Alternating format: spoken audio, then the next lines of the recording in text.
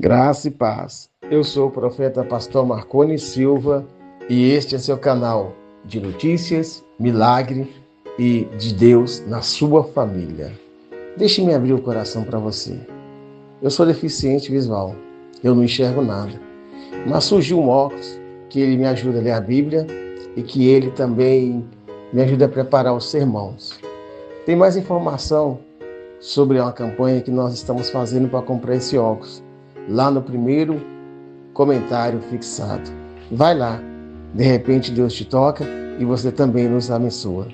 Não perca tempo, se inscreva no nosso canal, dê o seu like, seja membro do nosso canal e vamos para o vídeo, porque hoje Deus já está falando com você. Você acha que já chegou no limite, que depois de tudo o que foi revelado sobre parasita vril e soul scalping, não existe mais nada além disso? Então eu preciso te dizer com toda clareza, você ainda está na superfície. O que vem agora não é apenas um novo nível. É um mergulho profundo em um abismo que desafia a mente, a lógica e até a capacidade emocional de quem escuta. É o tipo de conteúdo que não foi feito para ser confortável. Foi feito para provocar, inquietar e deixar marcas. Respira fundo mais uma vez, porque a partir daqui a narrativa se torna ainda mais densa, mais carregada, mais perturbadora. Bem-vindo ao episódio 3 do Clube do Olho Roxo, Comer a Dor, o Preço do Poder. Dentro dessa construção obscura existe um ponto onde não há mais volta, um ponto em que a pessoa não está mais apenas observando nem participando de forma superficial, ela se torna parte integral do sistema. Não existe mais separação entre quem a pessoa era e o que ela passa a representar.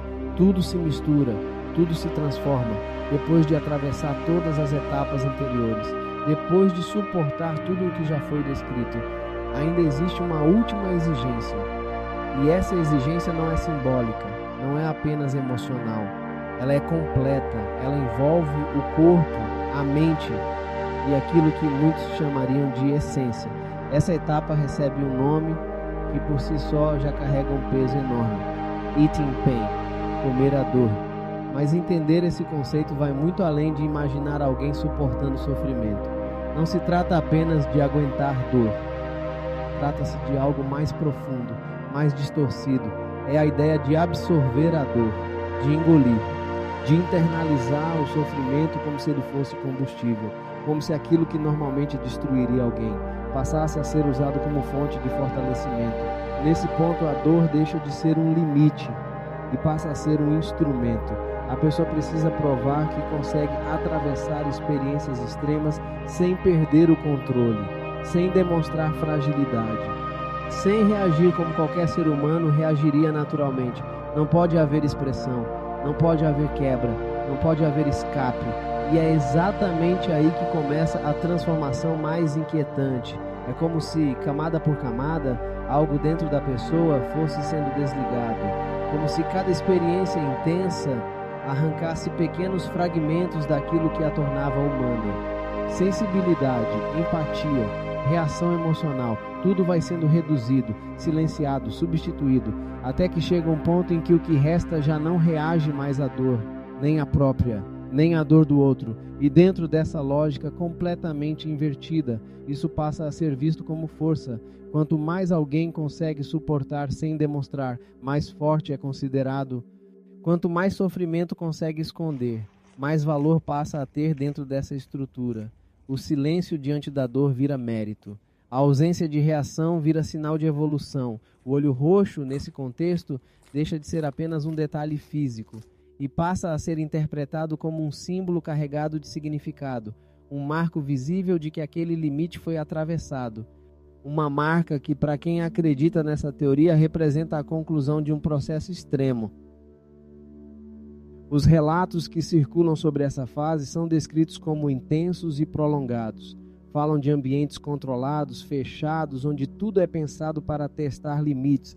Não é algo rápido, não é algo pontual, é contínuo, é crescente, é estruturado para levar alguém ao extremo.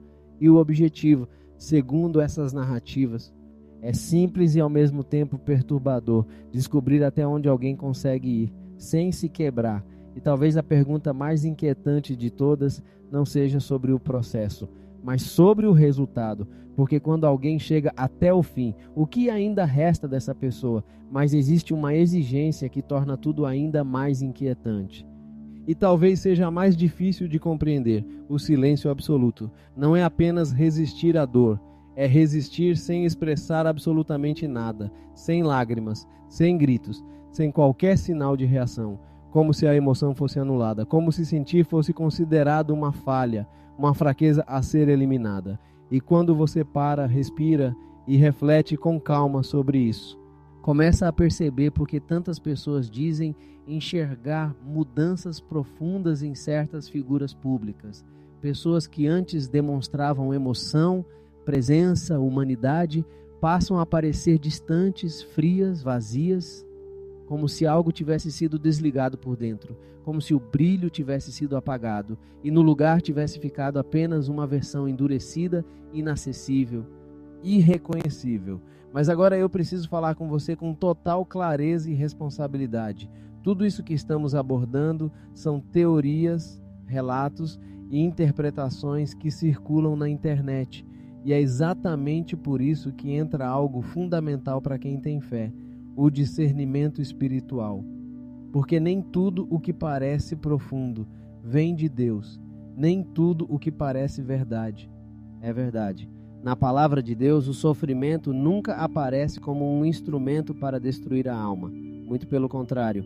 Em 1 Pedro 5,10 está escrito que Deus usa o sofrimento com propósito: aperfeiçoar, confirmar, fortalecer e estabelecer. Ou seja, existe dor sim, mas existe também transformação, existe crescimento, existe restauração. Deus não usa a dor para apagar quem você é, Ele usa para revelar quem você foi chamado para ser. Já dentro dessa narrativa sombria que estamos analisando, o sofrimento segue num caminho completamente oposto. Ele não constrói, ele corrói, não cura, endurece, não aproxima de Deus, afasta da essência, da sensibilidade, da vida. E existe ainda um ponto que torna tudo isso ainda mais pesado de refletir. Alguns desses relatos falam sobre exposição à dor de outras pessoas. Situações em que alguém seria colocado diante do sofrimento alheio e precisaria permanecer indiferente, sem reação, sem compaixão. Isso é uma inversão total do que Cristo ensinou, porque Jesus nos ensinou a amar, a cuidar, a ter misericórdia, a chorar com os que choram, a estender a mão, nunca a se tornar insensível, nunca a ignorar a dor do outro. E quando olhamos para a advertência de Mateus 18,6, percebemos o peso espiritual disso. A palavra deixa claro o quanto Deus leva a sério a proteção dos pequenos, dos vulneráveis, dos inocentes. Existe justiça, existe zelo, existe cuidado. E quando colocamos isso lado a lado com essas teorias, o contraste é evidente. De um lado, um caminho onde a dor, nas mãos de Deus, gera crescimento, fé, cura e restauração. Do outro, uma narrativa onde a dor gera frieza, vazio e desconexão. E é exatamente por isso que esse tema mexe tanto com quem ouve, porque ele não é apenas sobre histórias, ele toca em algo mais profundo: discernimento, a capacidade de separar luz de trevas, verdade de engano, caminho de Deus, de caminhos que não vêm dele.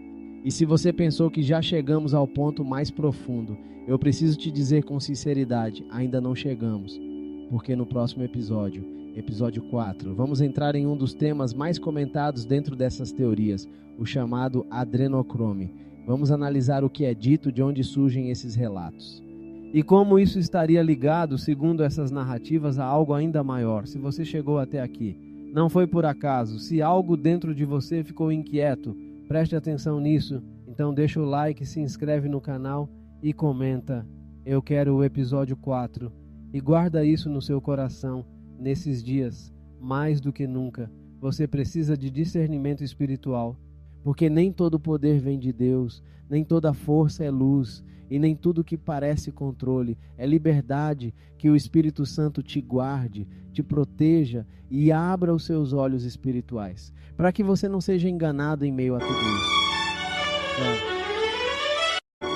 Graça e paz, eu sou o profeta pastor Marconi Silva, e este é seu canal de fé, esperança e milagre. Não perca tempo, se inscreva no nosso canal, dê o seu like, venha fazer parte do grupo de membros e também lá você encontra aconselhamento pastoral, tem também campanhas e oração todos os dias e uma equipe preparada para te atender. Estamos com a campanha 30 dias para o seu milagre, histórias que mudam a vida. Está na hora da sua ser mudada. Fique na paz, até o próximo episódio.